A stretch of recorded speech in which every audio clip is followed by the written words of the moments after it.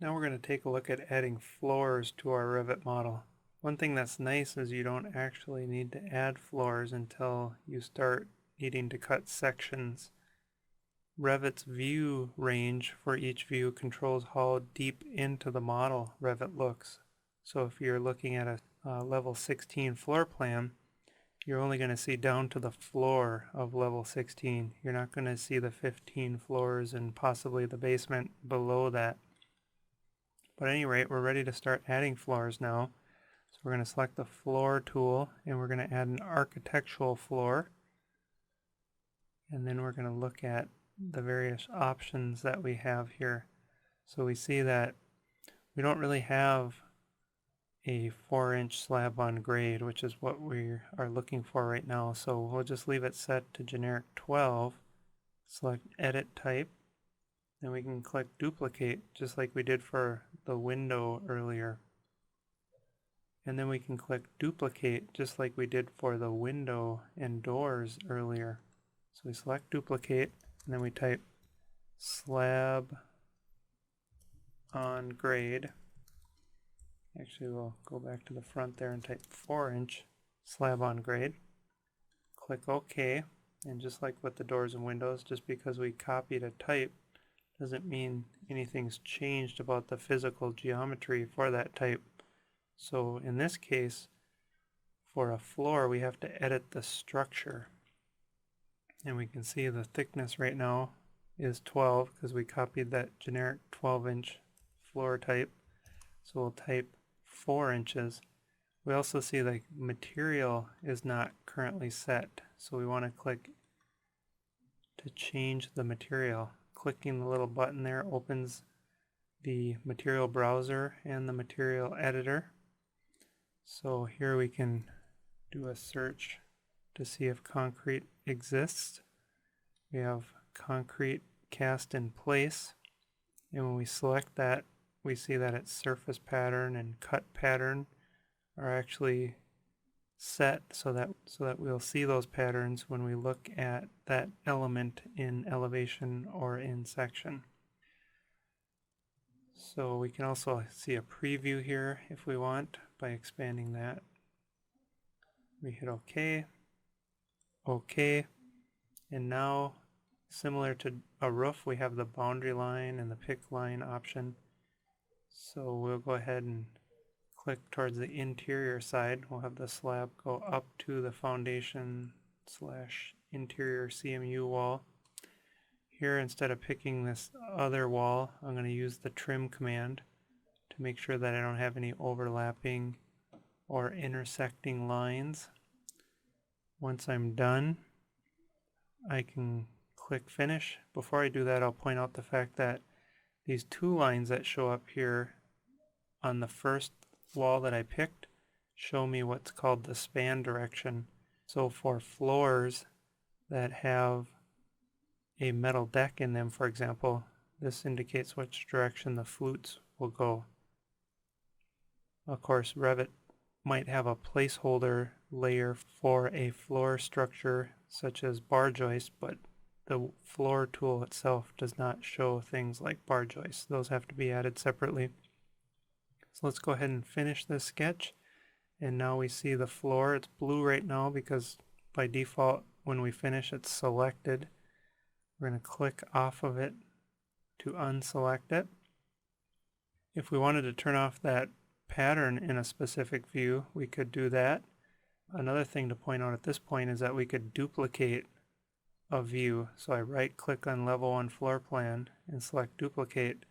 Maybe we want another view that's going to be a code plan. So this is just another horizontal slice through the model at the exact same elevation above level 1 datum. So I right click on the view and select rename. This gives me the opportunity to give this view a different name. So maybe this is the code plan. Now each of these views can have their own sets of notes and dimensions, and we can also adjust the visibility of certain graphics in each of these views. So in this code plan view, I'm going to press V on the keyboard, and then we're specifically talking about floors here. We can narrow down specifically which disciplines we see. We know we don't care about electrical or mechanical right now, or piping, so we can turn those off so we don't see them. Here's the floors category, and right now we're specifically interested in patterns. So for the projection slash surface, we're not cutting through the floor in this case. If that were the case, we'd be looking over here. But patterns for projection, and we're going to say we don't want to see the pattern. And we OK out of everything, and now the floor finish is gone. Next we'll go to level 2, floor plan, and right away we see a stipple pattern, but the reason that's showing up is in the template we started from, level 2 has level 1 set as an underlay by default. So by turning that off here in the properties palette, that goes away. So we'll go ahead and select the floor tool again. In this case, we'll select a floor type that already exists, 3-inch lightweight concrete on 2-inch metal deck. Once we select that tool, we have the pick walls option selected again, so we can select the walls that we want to define the perimeter. We can use the trim command to clean up anything that we need to.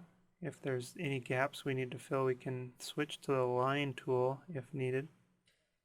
We'll go ahead and select finish. We get a prompt that the overlapping walls can have their geometry cut out, so we'll go ahead and say yes to that. We'll go to a 3D view. We haven't covered how to cut sections yet, so we'll just look at this in a 3D view by selecting this wall, and we can see through it by selecting it. Another thing we can do is use the hide element option here. So if we select hide element by clicking this little sunglasses icon down here in the view control bar, we can temporarily turn off that wall. Now it's not going to be off permanently. If we close this model and open it again, that wall would be visible. So if we go back to our level 2 plan, we're going to want to edit this floor to have a hole where the stair is. So back in this 3D view, we see that there's no hole where the stair is. Now selecting the floor can be tricky because its edge lines up with the wall, and when we put our cursor at the edge of the floor, it wants to pick a wall before it wants to pick the floor. And you can only pick a floor by selecting at the edge. So what we can do is actually click and drag from right to left to select a crossing window. And we notice down here in the lower right that 2 items are selected. If we click this little funnel, we actually can filter down our current selection set. So right now we only have 1 wall and 1 floor. So by unchecking the wall, now we only have the floor selected. At this point we can click Edit Boundary, and we can use the rectangle tool. Maybe over here there's a hole in the floor for a piece of mechanical equipment. And then over by the stair, we have a hole in the floor that maybe doesn't quite go out to the edge of the exterior walls. And then we simply click Finish. Now we go back to our 3D view. We can see we have 2 holes in the floor, one back here and one at the stairs. Another variation on this would be to select the floor, select Edit Boundary. Now we can delete these 2 lines, so this also shows us some of the modifications we can make later. We'll select the Trim tool, and so maybe this opening goes all the way to the exterior wall, and so the exterior wall just continues up from level 1 to level 2. The other thing is we could move this over a little bit more to give a little more room around the open stair. We'll select Finish and switch to our 3D view. Notice when the floor is selected again, we can see through it, so just clicking off of it somewhere unselects it. Because in Revit you can only have one thing selected at a time, unless you're holding down the control key. So that's a quick look at the floor tool in Revit.